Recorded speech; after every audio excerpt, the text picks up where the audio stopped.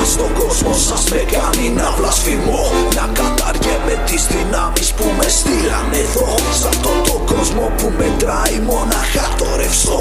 Και για να το έχεις αυτό κάνεις ό,τι είναι δυνατό. Το ξέρω πως όταν μ' ακούς ίσως με θεωρείς τρελό, γιατί τα λόγια μου δεν σου γυαλίζουνε σαν μπιμπελόβρωμα σκατά.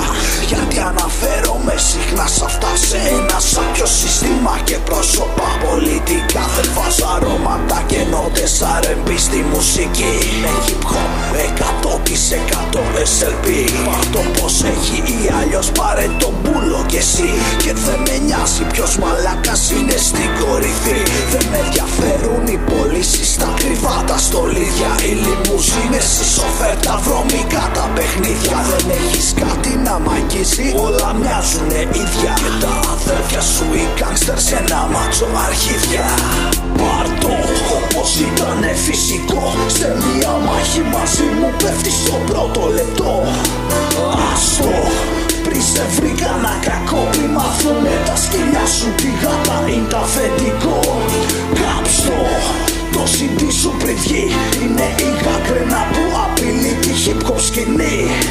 Φάψτο και πήδα μέσα κι εσύ, γιατί είναι κρίμα κάποιος άλλος φόνο να χρεωθεί. Πουλάμε φύκια για μεταξωτές κορδέλες, αφού υπάρχουν ζώα που αγοράζουν ό,τι και να τους πουν. Ότι πασάρουνε τα μάτι είναι αυτό που ακούν.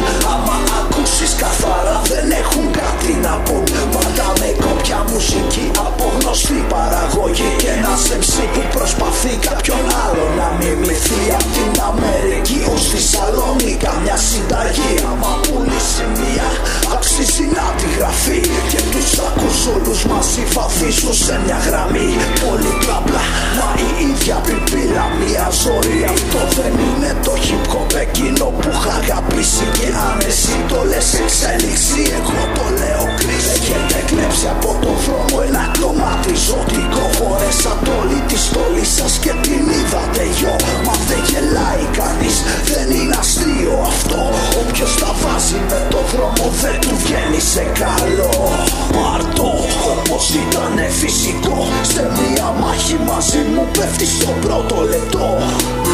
Άστο πριν σε βρει κανένα κακό, πριν μάθουνε τα σκυλιά σου τη γάτα είναι τα αφεντικό.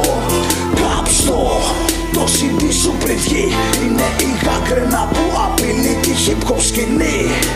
Φάψτο και πήδα μέσα κι εσύ, γιατί είναι κρίμα κάποιος άλλος φόνο να χρεωθεί.